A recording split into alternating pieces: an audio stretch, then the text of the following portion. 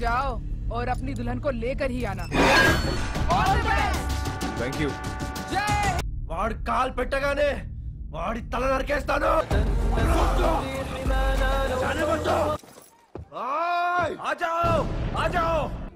నేను నీకు మాటిస్తున్నా, నేను మళ్ళీ తిరిగి వస్తా.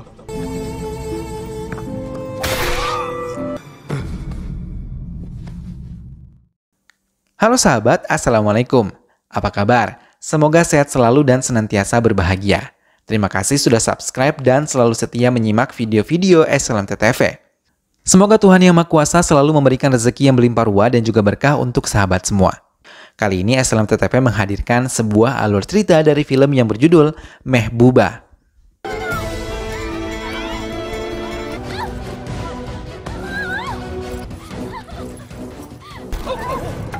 Allahu Akbar.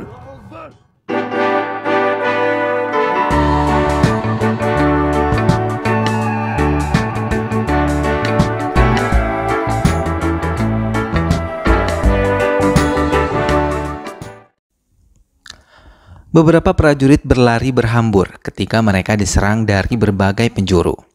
Hingga salah satu dari mereka terkena salah satu peluru dan langsung dibawa oleh prajurit lain.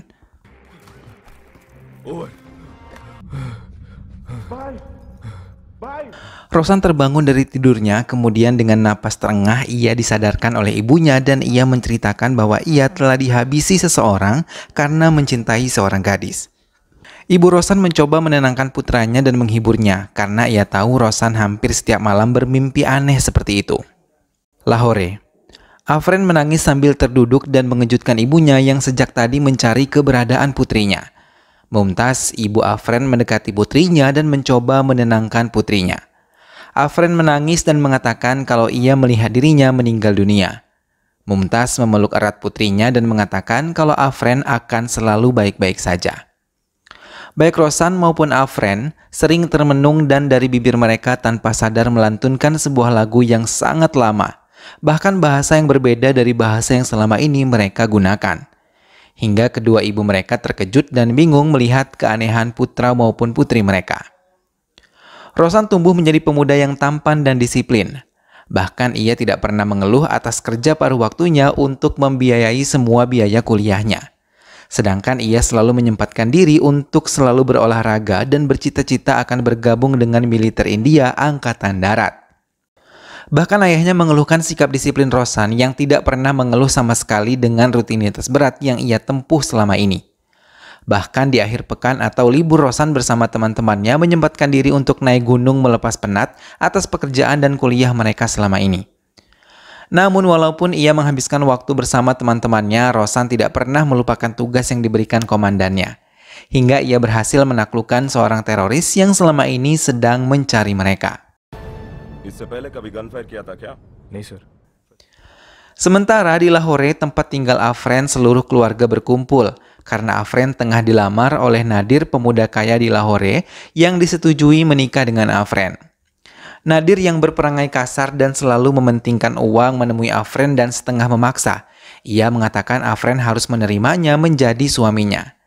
Namun Afren menolaknya dengan cara halus dan mengatakan kalau ia akan mengikuti pertukaran pelajar di Hyderabad, India, dan visa pun telah siap. Mendengar hal itu, Nadir meminta orang tua Afren membatalkan perjalanan Afren ke India. Namun Afren mencoba meyakinkan kedua orang tuanya agar mengizinkannya pergi ke India.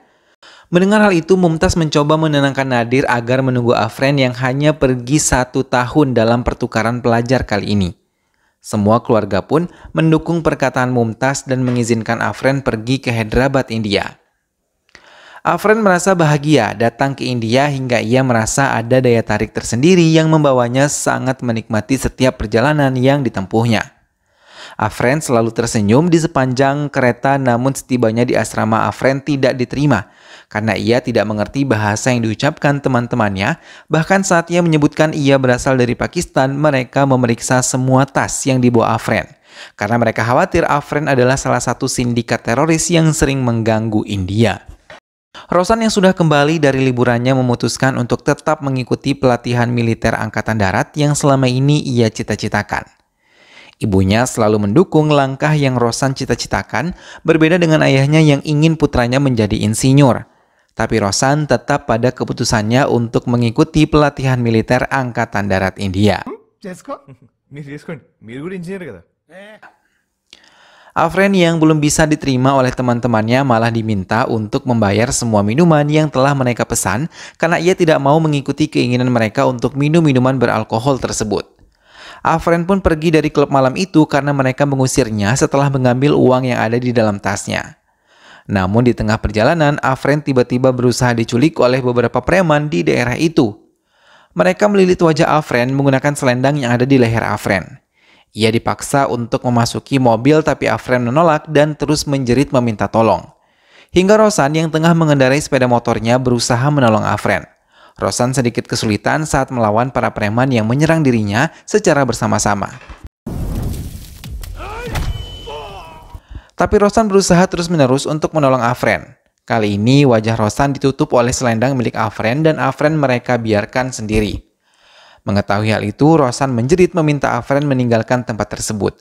Walaupun Rosan diserang bersama-sama, mau tidak mau Afren berlari dan setelah tahu Afren telah pergi, Rosan langsung membereskan preman tersebut. Rosan membawa selendang, tas, dan HP milik Afren ke kantor polisi. Ia mengatakan kalau itu adalah barang-barang milik korban penculikan. Inspektur yang menerima barang-barang tersebut meminta Rosan memeriksakan dirinya yang banyak terdapat luka di area wajahnya. Tak lama Rosan pergi, Afren datang dan berniat melaporkan semua yang terjadi pada dirinya. Tapi inspektur tersebut langsung memberikan semua barang-barang milik Afren dan mengatakan kalau pria yang menolong Afren adalah Rosan. Ia berusaha mengejar Rosan tapi gagal. Nadir yang menelpon Afren pun marah ketika Afren dengan jujur bercerita tentang apa yang menimpanya. Ia langsung berprasangka buruk tentang Afren tanpa mau mendengar penjelasan yang berusaha Afren berikan. Ia malah disalahkan atas hilangnya cincin pertunangan yang telah diberikannya.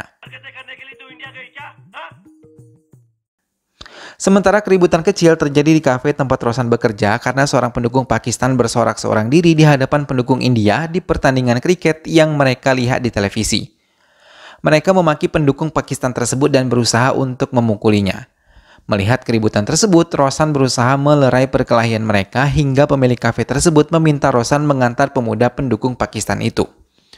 Rosan pun menurutinya. Di tengah perjalanan, mereka berkenalan dengan pemuda yang mengaku namanya Sabir. Namun setibanya di kontrakan Sabir, Rosan terkejut ketika melihat banyak pendukung Pakistan, namun Sabir mengatakan kalau semua teman-temannya adalah India dan hanya dirinya lah yang seorang warga negara Pakistan. Melihat hal itu, Rosan mencabut kabel televisi. Hal itu pun menimbulkan keributan. Rosan marah karena mereka yang berwarga negara India malah mendukung Pakistan dan menandakan tidak bersikap cinta tanah air. Mendengar hal itu, pemuda-pemuda itu marah hingga mereka pun berkelahi.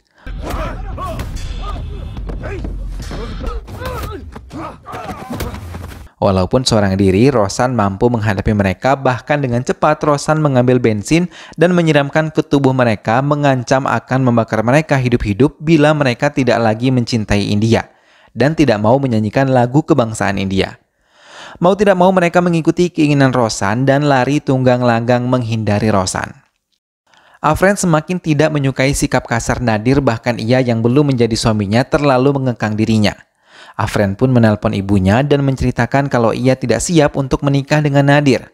Lagi-lagi mimpi buruk terus menghantui Rosan. Bahkan hal itu membuat Rosan dan ibunya merasa bingung karena mimpi tersebut selalu datang ke tidur Rosan.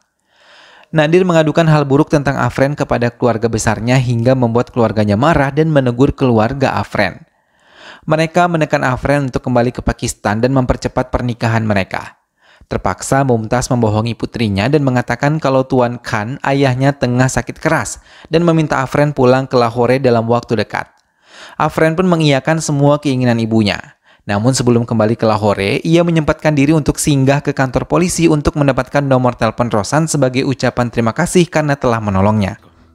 Thank you, sir. Afren pun langsung menelpon Rosan, namun sayang ayah Rosan yang menerima telepon tersebut dan mengatakan kalau Rosan tengah sibuk dan memintanya untuk menelpon kembali Rosan pukul 6 nanti. Kali ini Rosan dan teman-temannya berencana menaiki Gunung Himalaya. Mereka menumpang kereta yang sama ditumpangi oleh Afren. Hingga saat Afren bersenandung tanpa sadar Rosan mengikuti syair demi syair dari lagu yang dinyanyikan oleh Afren. Ia juga merasa sangat gugup dan saat mereka saling menatap, mereka merasakan pernah bertemu di suatu tempat dan di suatu waktu. Hingga keduanya pun akhirnya bercengkrama satu sama lain dan mereka mulai mengetahui kalau pernah menolong dan ditolong saat di Hyderabad. Tapi di tengah percakapan mereka, tiba-tiba Nadir menelpon dan memintanya akan menjemput Afren. Namun Afren yang tidak menyukai Nadir terus menolaknya sambil memutuskan hubungan telepon mereka. Setelah mengucapkan terima kasih, Afren bergegas meninggalkan stasiun kereta Delhi dan mengejar Samjuta Express, satu-satunya kereta yang melintas antara India dan Pakistan. Rosan dan teman-temannya melanjutkan perjalanan mereka menaiki Gunung Himalaya. Namun tiba-tiba saat es gugur, Rosan terjatuh dalam sebuah gua. Di dalam gua itu ia melihat sebuah mayat.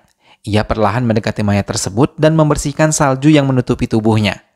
Dan ia sangat terkejut ketika melihat wajahnya mirip dengan Afren. Dengan ragu, ia mendekati tubuh tersebut dan menemukan sebuah buku harian kecil. Ia sama sekali tidak memedulikan panggilan khawatir dari teman-temannya. Ia malah membuka buku tersebut dan menemukan sebuah foto yang wajahnya sangat mirip dengannya. Sesampai di rumah, Afren ditekan untuk meminta maaf pada Nadir dan keluarganya yang pernah menolak pernikahan dengan Nadir. Afren pun menuruti permintaan kedua orang tuanya, namun saat ia meminta maaf, lagi-lagi Nadir berbuat kasar padanya sambil menekan untuk tidak mengadu pada kedua orang tuanya tentang apa yang telah ia alami. Rosan dan teman-temannya mulai membaca buku harian dari yang mereka temui. Buku tersebut ditulis di tahun 1971 saat peperangan India melawan Pakistan. Ia adalah seorang penduduk India yang tinggal di desa Kandiwara yang terkenal dengan desa yang asri. Tapi semua itu berubah ketika pasukan Pakistan menyerang desa mereka dari berbagai arah. Para penduduk saat itu berlari melindungi diri, hingga pasukan Pakistan berhasil memenangkan peperangan. Pasukan Pakistan pun menahan penduduk desa. Bahkan mereka menembaki dengan kejam para prajurit India. Mereka mengancam akan menghabisi penduduk yang berani melawan mereka. Hawaldar, salah satu pemimpin pasukan Pakistan, menarik paksa tangan Madira dan membawanya ke tempat lain untuk dilecehkan. Namun Kabir, anak buahnya yang merasa perbuatan pemimpinnya salah, langsung memintanya menghentikan pelecehan pada gadis India tersebut. Tapi Hawaldar malah melakukan perlawanan, bahkan mengadukan semuanya kepada komandannya dan menghukum Kabir tanpa tahu kesalahan yang telah dilakukan oleh Hawaldar. Hingga Kabir pun dihukum cambuk. Madira yang telah ditolong oleh Kabir langsung memasang tubuhnya agar bisa dicambuk juga, hingga akhirnya keduanya menjalani hukuman cambuk bersama.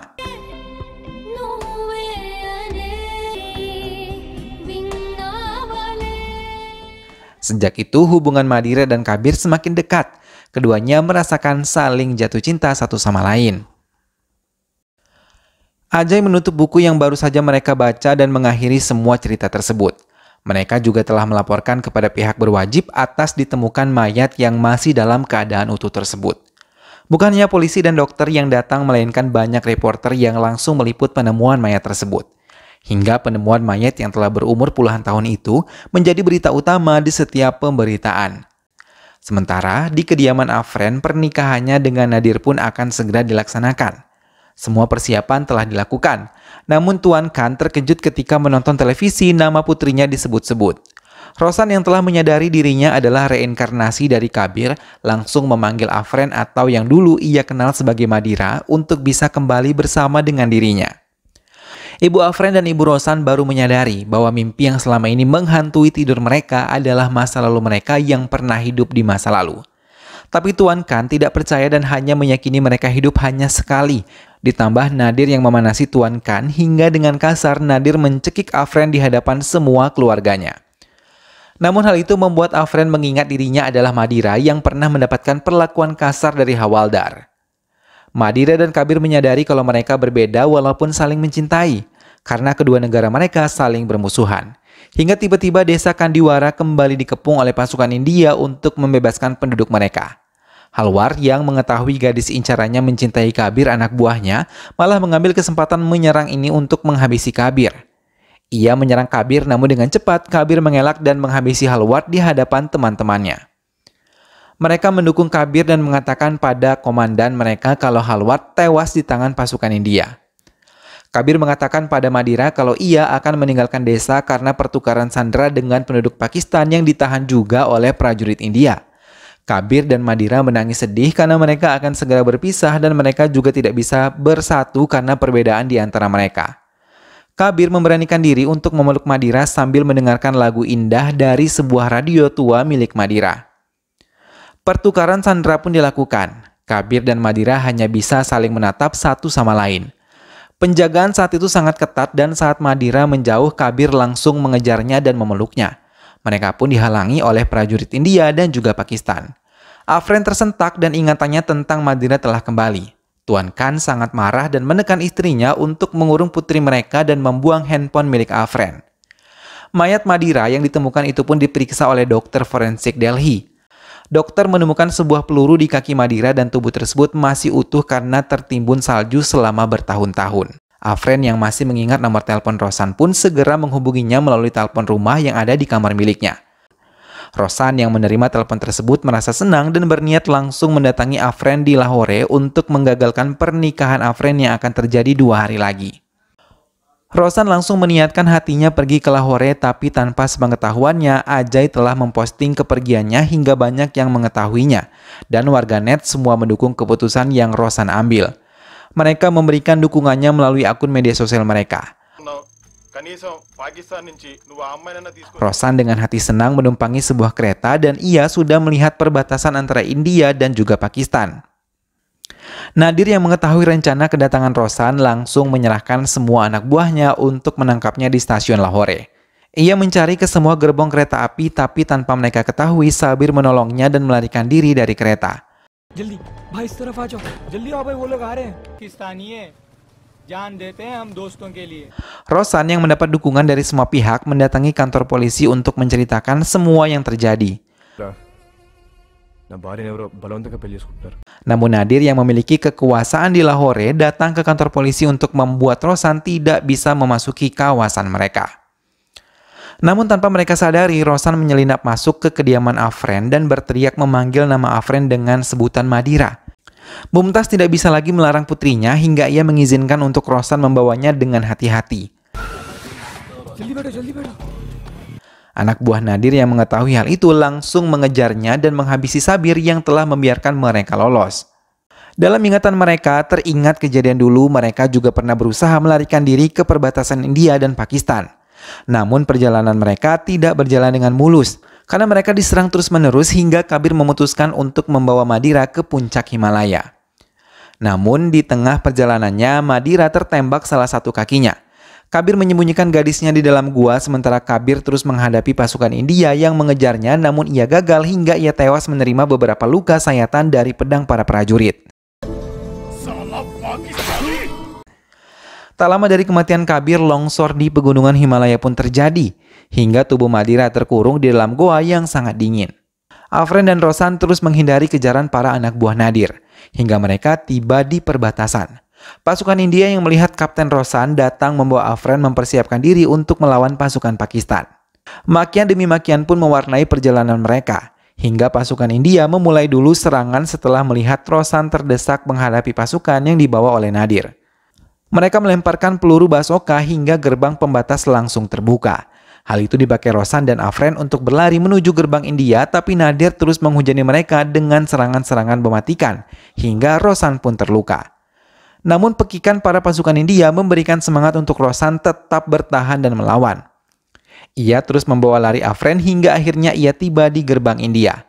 Nadir yang melihat hal itu sangat marah, tapi ia tidak bisa berbuat banyak karena pasukannya lebih sedikit dibandingkan pasukan India.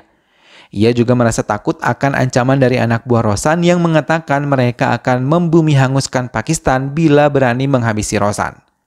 Afren pun memeluk erat Rosan karena akhirnya dalam kehidupan ini mereka bisa bersatu, walaupun banyak menemui jalan curam di hadapan hubungan mereka. Dan film pun selesai. Nah sahabat, itulah tadi alur cerita dari film yang berjudul Mehbuba. Ketika seseorang mau berjuang atas hidupnya, maka ia akan berhasil mendapatkan apa yang diinginkan. Karena sejatinya Tuhan tidak akan mengubah nasib seseorang, melainkan atas usaha seseorang itu sendiri. Maka dari itu jangan pernah berputus asa atas rahmat Tuhan yang Maha Esa. Karena sesungguhnya di balik kesabaran dalam meraih suatu impian, ada pertolongan Tuhan yang semakin dekat menjelang. Semoga sahabat semua terhibur setelah menyimak alur cerita film ini. Terima kasih sudah menyimak video ini sampai akhir dan sampai berjumpa kembali di alur cerita film-film selanjutnya. Ingat untuk selalu dukung SLMT TV dengan cara klik like, komen, share, dan juga subscribe. Sampai ketemu lagi sahabat, sehat selalu dan wassalamualaikum.